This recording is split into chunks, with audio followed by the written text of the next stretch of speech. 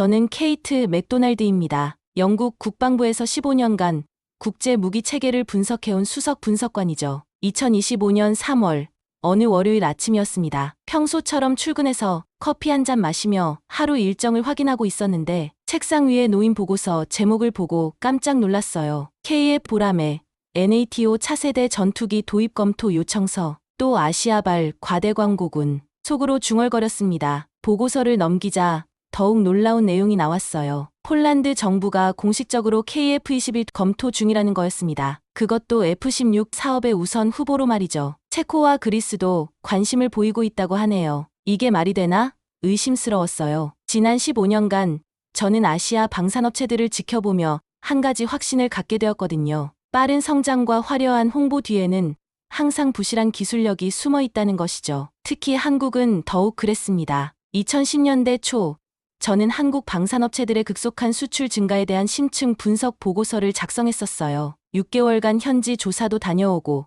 기술진들과 인터뷰도 하면서 말이죠. 당시 제 결론은 명확했습니다. 아시아 제조업체들의 공통적 한계는 품질보다 가격 경쟁력에만 집중한다는 점이다. 서구 선진국의 기술을 모방하는 수준에 머물러 있으며 독자적 혁신 능력은 부족하다. 장기적으로 신뢰할 수 있는 파트너가 되기 어렵다. 그 보고서로 저는 국방부 내에서 아시아 방산 전문가라는 별명을 얻었죠. 상사들도 아시아 관련 안건이 올라오면 항상 제 의견을 물어봤습니다. 그런데 지금 한국이 유럽에 전투기를 팔겠다고요. 15년 전 기본적인 부품 제조도 문제가 많았던 나라가 말이에요. 더군다나 NATO 회원국들이 진지하게 검토한다니 정말 이해할 수 없었습니다. 보고서를 계속 읽어보니 더욱 당황스러운 내용들이 나왔어요. KF-4.5세대 전투기라고 하는데 스텔스 기능까지 갖추고 있다는 거예요. 한국이 언제부터 스텔스 기술을 개발할 수 있게 되었단 말인가요? 동료 제임스가 다가왔습니다. 케이트, 오늘 저녁 왕립국방연구소에서 KF-21 설명회가 있어. 한국 측에서 직접 와서 발표한다는데 같이 가볼까?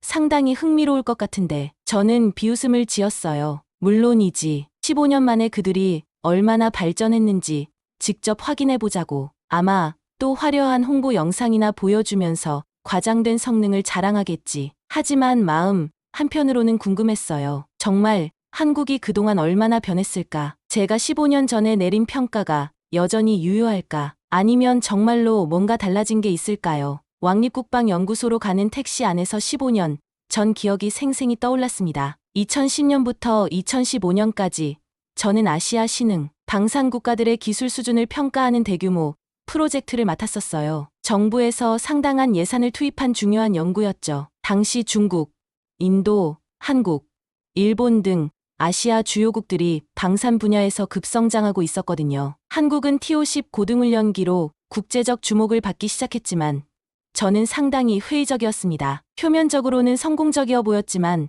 속을 들여다보면 문제가 많았거든요. 2012년 서울과 사천을 직접 방문했을 때의 기억이 선명해요. KAI 본사에서 만난 기술진들은 열정적이었지만 솔직히 기술적 깊이가 부족해 보였습니다. 핵심 기술들은 모두 록히드 마틴에서 가져온 것들이었고 한국이 독자적으로 개발한 부분은 생각보다 많지 않았어요. 실제로 현지 조사를 마친 후 작성한 보고서에서 저는 이렇게 썼죠. 한국 항공산업의 급성장은 분명 인상적이지만 핵심 기술의 상당 부분이 해외 의존적이다. 특히 항공전자장비, 엔진, 레이더 시스템 등 전투기의 핵심 요소들에서 독자적 설계 능력과 시스템, 통합 기술은 여전히 한계를 보인다. 더 구체적으로 지적했던 문제들이 있었어요. 품질 관리 시스템의 일관성 부족, 장기적 기술 로드맵의 모호함, 그리고 무엇보다 빨리빨리 문화로 인한 검증 과정의 부족함이었죠. 그때만 해도 한국은 KF-6 면허 생산이나 록히드 마틴과의 T-50 공동 개발에 크게 의존하고 있었거든요. 완전한 독자 개발 전투기는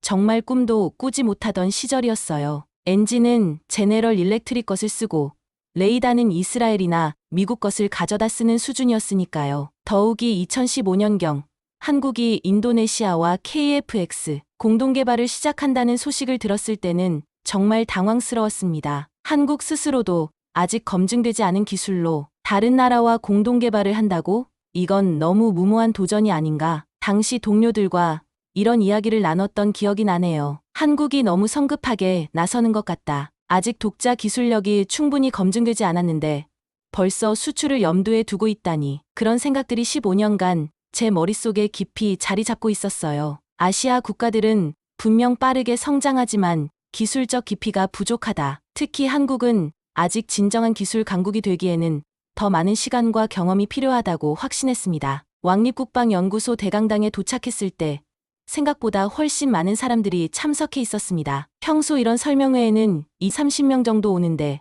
오늘은 100명이 넘어 보였어요. 이 정도로 관심이 많다고?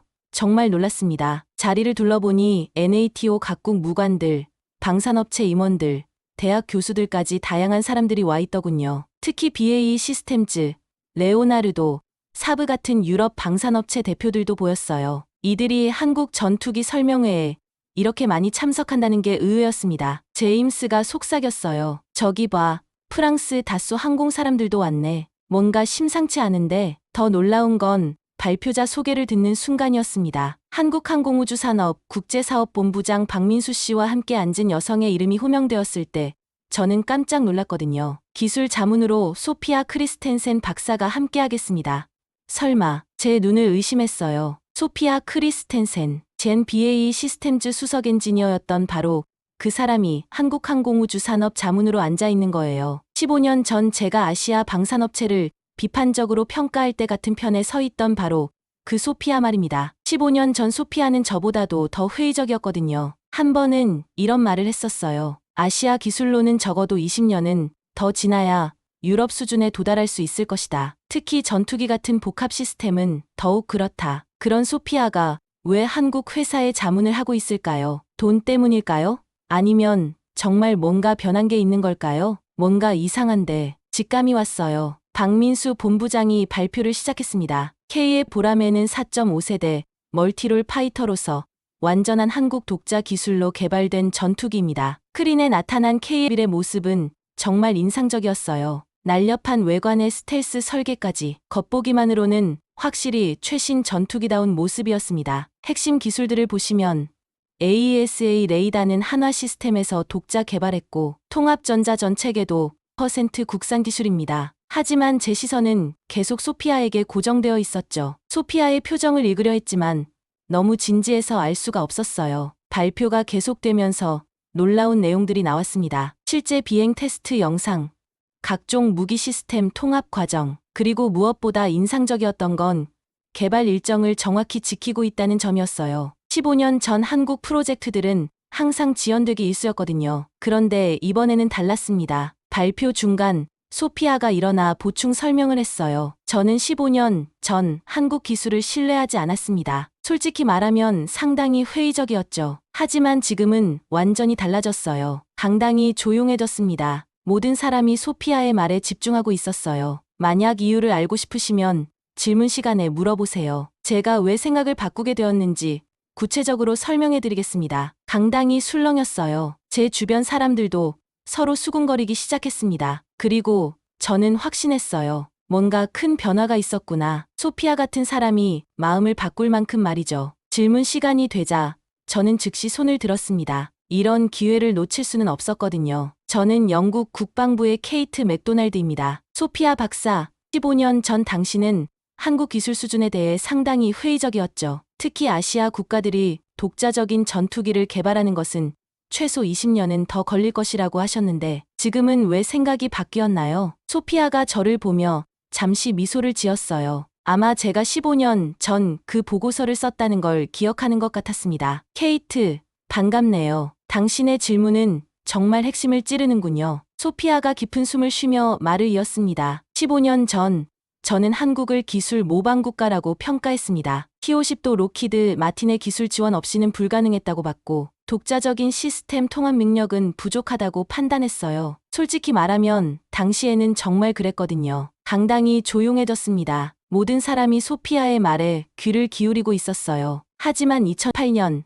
저는 개인적인 계기로 한국을 다시 방문하게 되었습니다. 그때 본 것은 완전히 다른 나라였어요. 소피아는 리모컨을 들고 스크린을 조작하기 시작했습니다. 먼저 기술적 변화를 보시죠. KF-21의 핵 기술들입니다. 스크린에 상세한 기술 사양들이 나타났어요. AESA 레이더는 한화 시스템에서 독자 개발했습니다. 탐지 거리 180km, 동시 추적 목표 20개. 이는 유럽의 최신 레이더와 동등한 수준이에요. 통합 전자전 체계도 마찬가지입니다. LIG 넥소 시스템은 신호 분석부터 재민까지 모든 과정을 자동화했어요. 15년 전에는 상상도 할 수 없었던 기술이죠. 더 충격적인 사실들이 이어졌습니다. 비행 제어 시스템을 보세요. 차중 백업 시스템에 인공지능 기반 예측 제어까지. 이건 F3 사용된 것과 비슷한 수준의 기술입니다. 한 참석자가 질문했어요. 그런데 박사님, 그 기술들이 정말 검증된 건가요? 소피아가 자신 있게 답했습니다.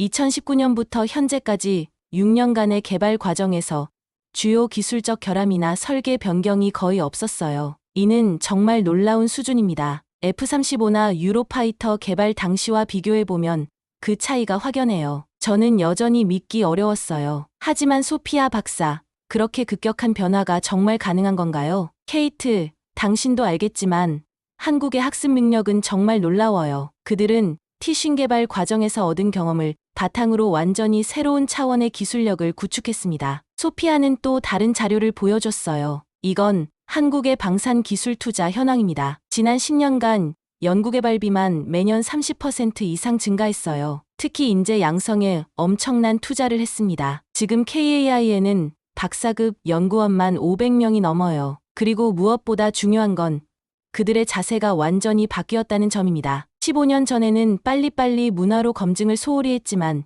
지금은 철저한 검증과 테스트를 거치고 있어요. 소피아의 마지막 말이 가장 인상적이었습니다. 15년 전 저희가 한국을 과소평가했던 것 같아요. 그들의 잠재력과 학습 속도, 그리고 기술 발전에 대한 의지를 완전히 잘못 봤던 거죠. 지금 한국은 더 이상 기술을 모방하는 나라가 아닙니다. 진정한 혁신을 만들어내는 나라가 되었어요. 발표가 끝난 후 저는 소피아를 따로 만나자고 제안했습니다. 궁금한 게 너무 많았거든요. 더 자세한 이야기를 듣고 싶었어요. 런던 시내 조용한 카페에서 소피아가 진짜 이야기를 꺼내기 시작했습니다. 케이트, 당신이 모르는 사실이 있어요. 사실 KF-21은 이미 NATO 7개국에서 성능 평가를 받았습니다. 뭐라고요? 저는 깜짝 놀랐어요. 그런 중요한 정보를 왜 몰랐을까요? 폴란드, 체코, 루마니아, 그리스, 노르웨이, 핀란드, 심지어 터키까지요. 모두 F-16 검토하고 있는 나라들이죠. 작년부터 비밀리에 기술 자료 검토와 성능 분석을 진행했는데 소피아가 조심스럽게 주변을 둘러본 후 가방에서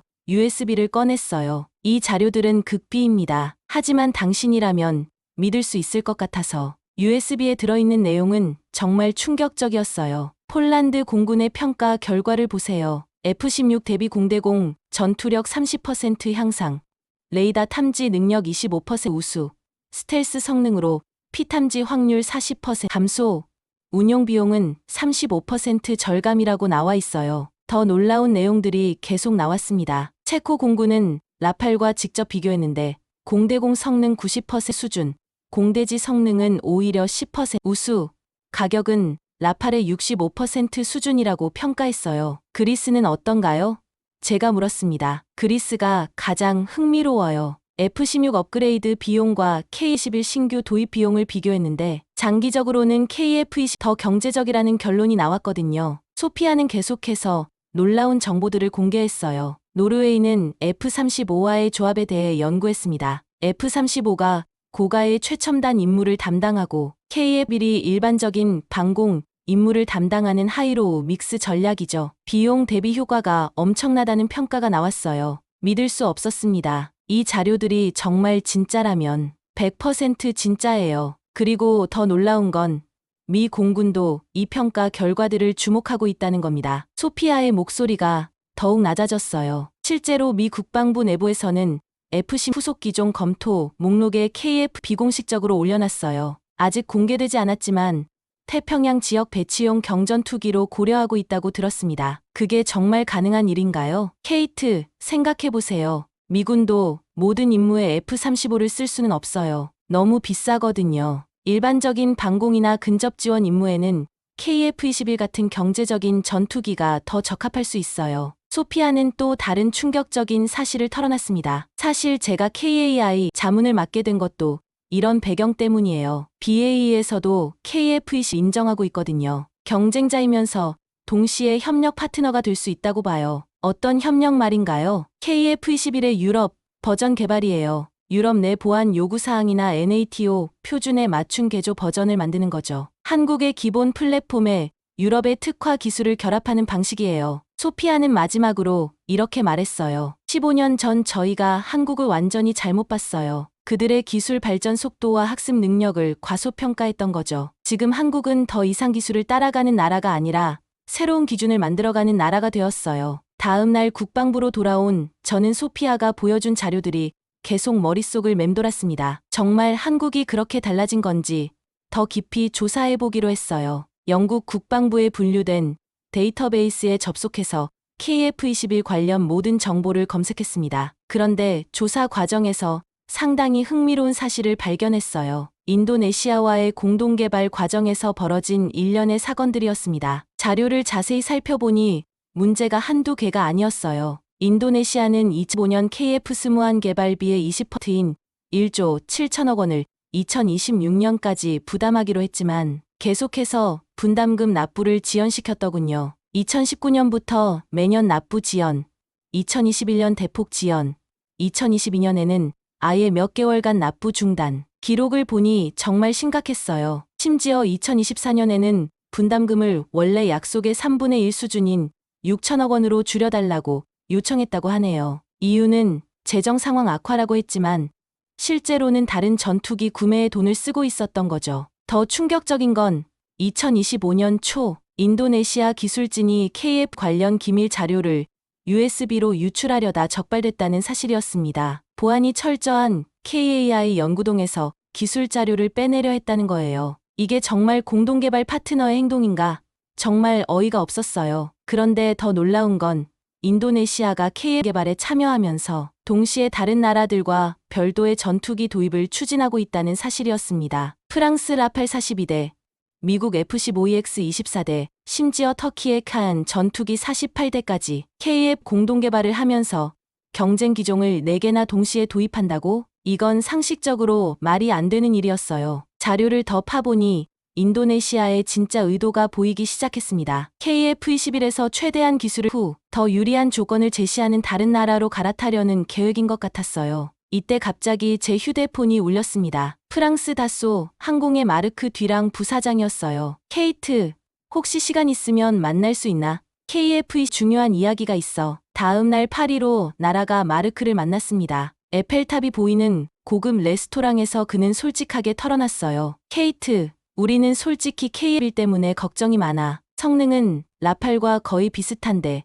가격은 30% 이상 저렴하거든. 이대로 가면 유럽 시장에서 우리가 밀려날 수도 있어. 마르크의 표정이 진지해졌습니다. 그래서 KF의 약점을 찾고 있는데 인도네시아 쪽에서 상당히 유용한 정보를 얻을 수 있을 것 같아서 혹시 당신이 15년 전처럼 한국 기술의 문제점을 다시 조사해 줄 수 있을까? 순간 깨달았어요. 프랑스가 인도네시아와 손을 잡고 KF의 약점을 파악하려 한다는 것을, 그리고 저를 그 일에 이용하려 한다는 것도 말이죠. 마르크, 당신들이 인도네시아와 무슨 거래를 하고 있는 건가요? 거래라고 할 것까지는. 다만 인도네시아 측에서 KF 개발 과정에서 발견한 몇 가지 기술적 한계점들에 대해 정보를 공유해주고 있어. 정말 충격적이었어요. 공동개발 파트너인 인도네시아가 경쟁업체에 내부 정보를 흘리고 있다는 거잖아요. 파리에서 돌아온 저는 완전히 혼란스러웠습니다. 15년간 확신했던 것들이 모두 흔들리고 있었거든요. 프랑스의 제안을 거절했지만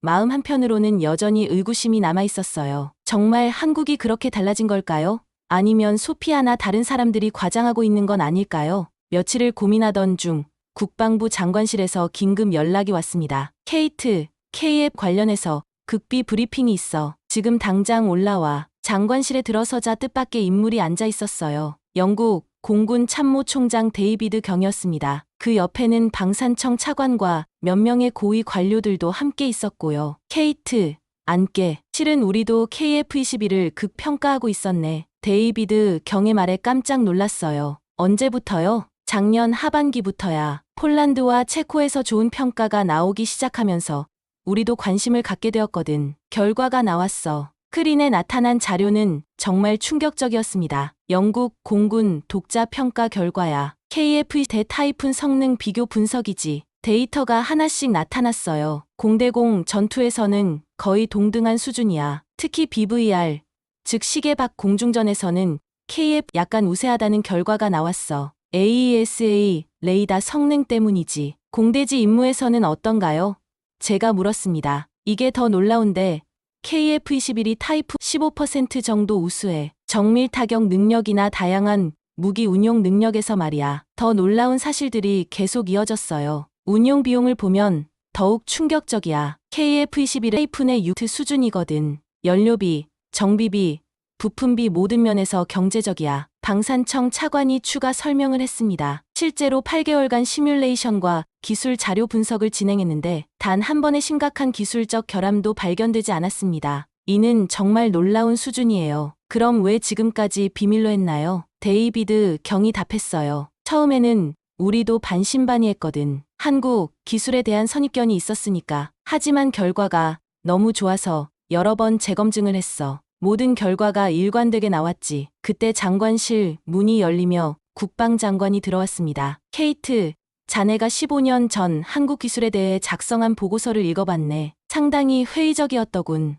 네, 그때는 그렇게 판단했습니다. 그런데 지금은 어떤가? 자네 생각이 바뀌었나? 저는 잠시 망설였어요. 하지만 전문가로서 객관적인 답변을 해야 했습니다. 솔직히 말씀드리면 15년 전 제 평가는 당시 상황에서는 맞았다고 생각합니다. 하지만 지금은 완전히 달라졌어요. 어떻게 다르다는 건가? 15년 전 한국은 분명 기술 모방 단계였습니다. 하지만 그들은 그 한계를 인정하고 끊임없이 발전해왔어요. 저희가 놓친 건 바로 그 변화의 속도와 깊이였죠. 국방장관이 만족스러운 표정을 지었습니다. 그렇다면 자네가 K의 영국 도입 검토 프로젝트 책임자를 맡아주겠나? 15년 전 자네가 회의적으로 평가했던 한국 기술을 이번에는 객관적으로 재평가하는 거야. 정말 아이러니한 상황이었어요. 15년 전 한국 기술을 비판했던 제가 이제 그들의 최신 전투기 도입을 검토하게 된 거니까요. 네, 맞겠습니다. 하지만 철저히 객관적으로 평가하겠습니다. 물론이지. 그게 바로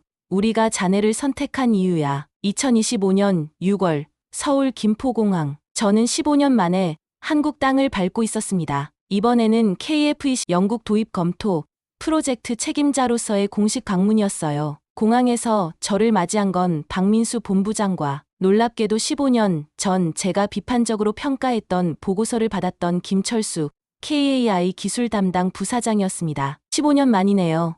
맥도날드 박사님. 김 부사장의 표정은 의외로 따뜻했어요. 원망이나 서운함보다는 진정한 환영의 기색이었습니다. 박사님께서 15년 전에 작성하신 보고서, 지금도 저희 사무실에 액자로 걸어두고 있습니다. 정말요?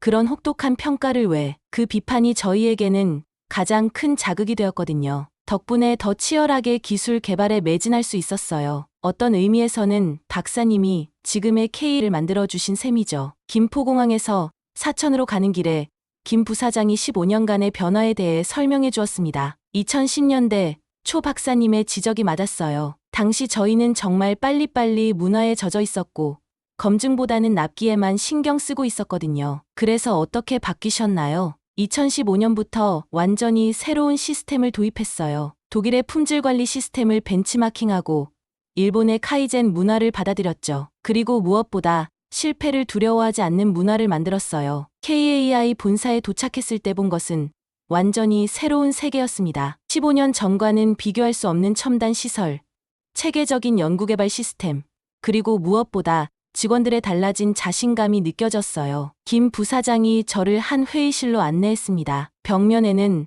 From Criticism to Innovation이라는 문구와 함께 15년간의 기술 발전 연표가 걸려 있었어요. 저희는 15년 전 박사님의 지적을 단 한 번도 잊지 않았습니다. 아시아 제조업체의 한계는 품질보다 가격에만 집중한다는 말씀이 저희의 경각심이 되었거든요. 회의실 한쪽에는 정말 놀라운 것이 있었습니다. 제가 15년 전에 작성한 보고서가 액자에 담겨 걸려 있는 거예요. 이걸 왜 걸어두셨나요? 초심을 잃지 않기 위해서예요. 언제든 다시 그런 비판을 받을 수 있다는 걸 잊지 않으려고 합니다. K앱 최종 조립 라인을 견학하는 동안 정말 많은 것을 느꼈어요. 로봇과 인간이 완벽하게 조화를 이루는 생산 시스템, 철저한 품질 검사 과정, 그리고 모든 단계에서 느껴지는 엄격함. 이 모든 과정에서 품질 불량률이 얼마나 되나요? 0.01%. 이는 독일이나 일본 수준과 동등해요. 조립 라인 끝에서 완성된 KL을 보며 저는 깊은 감동을 받았습니다. 15년 전 제가 기술 모방 수준이라고 평가했던 그들이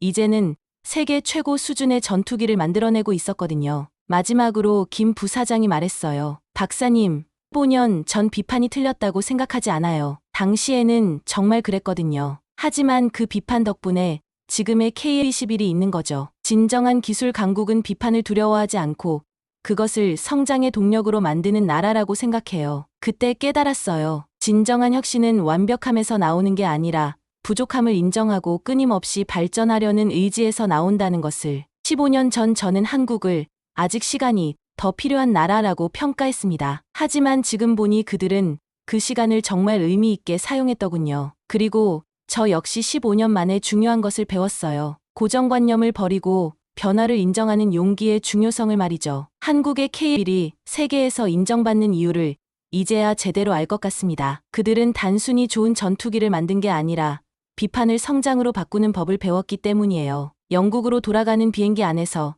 저는 새로운 보고서 작성을 시작했습니다. 15년 전과는 완전히 다른 결론을 담은 보고서를 말이죠.